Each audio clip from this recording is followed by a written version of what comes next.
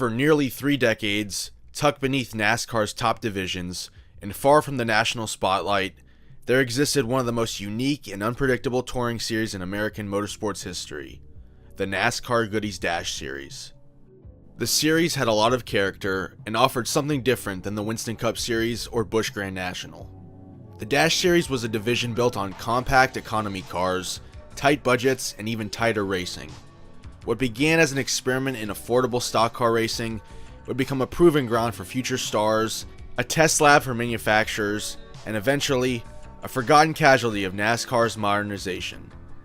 The series was born in 1975 as the Baby Grand National Series, created during a time when compact cars like the Ford Pinto and Chevy Vegas filled American roads.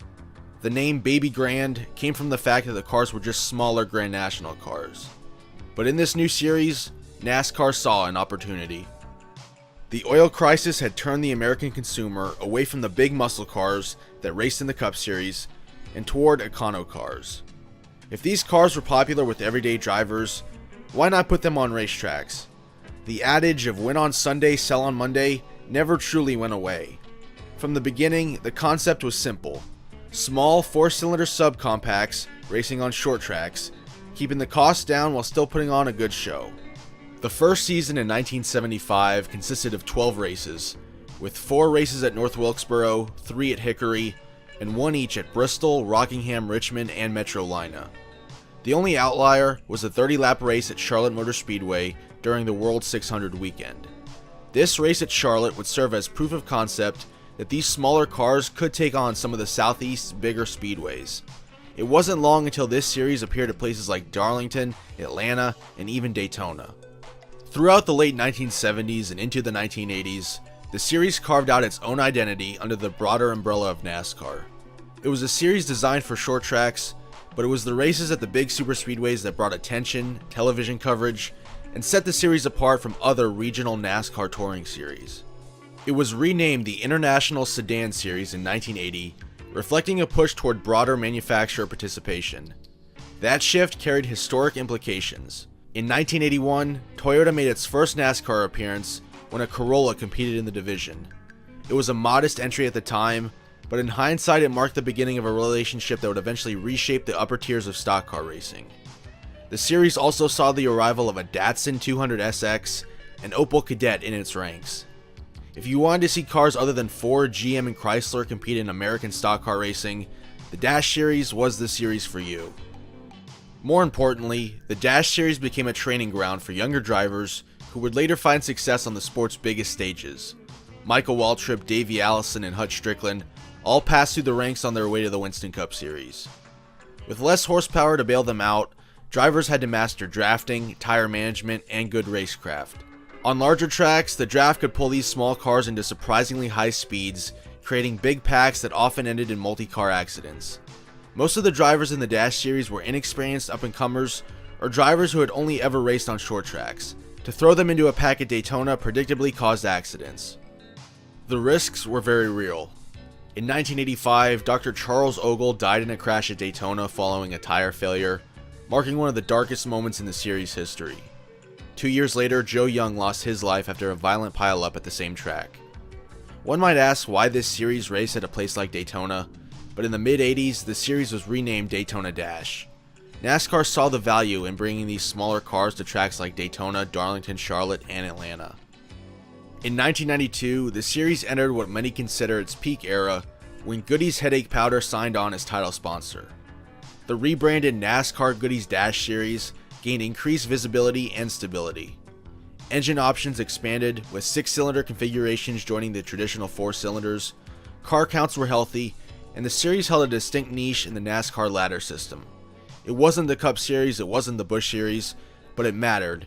It was attainable for smaller teams, and it kept the spirit of short track racing alive within a national touring format.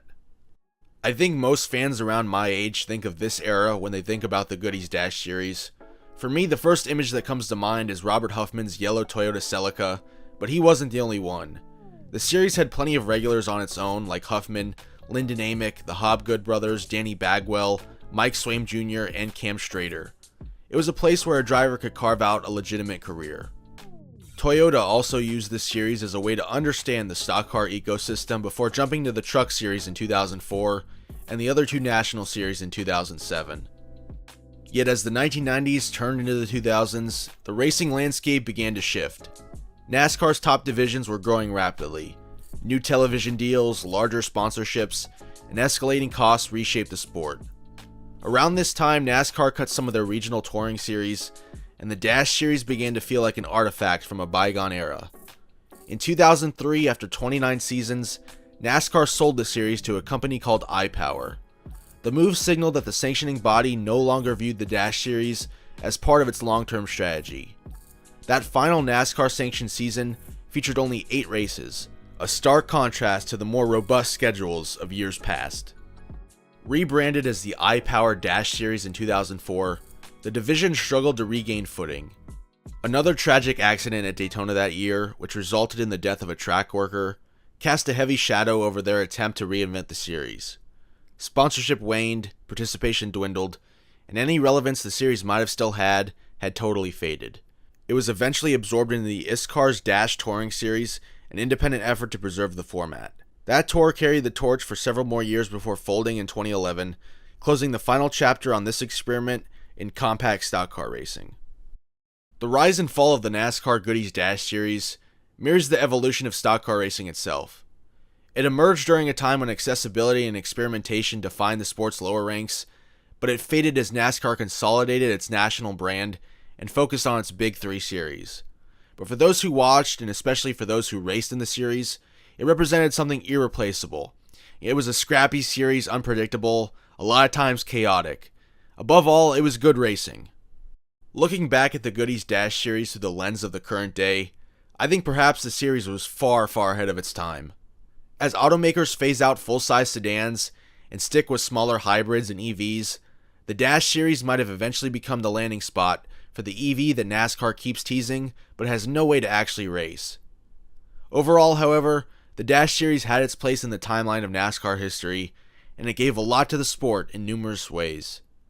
Thank you for watching, and I hope to see you in the next video.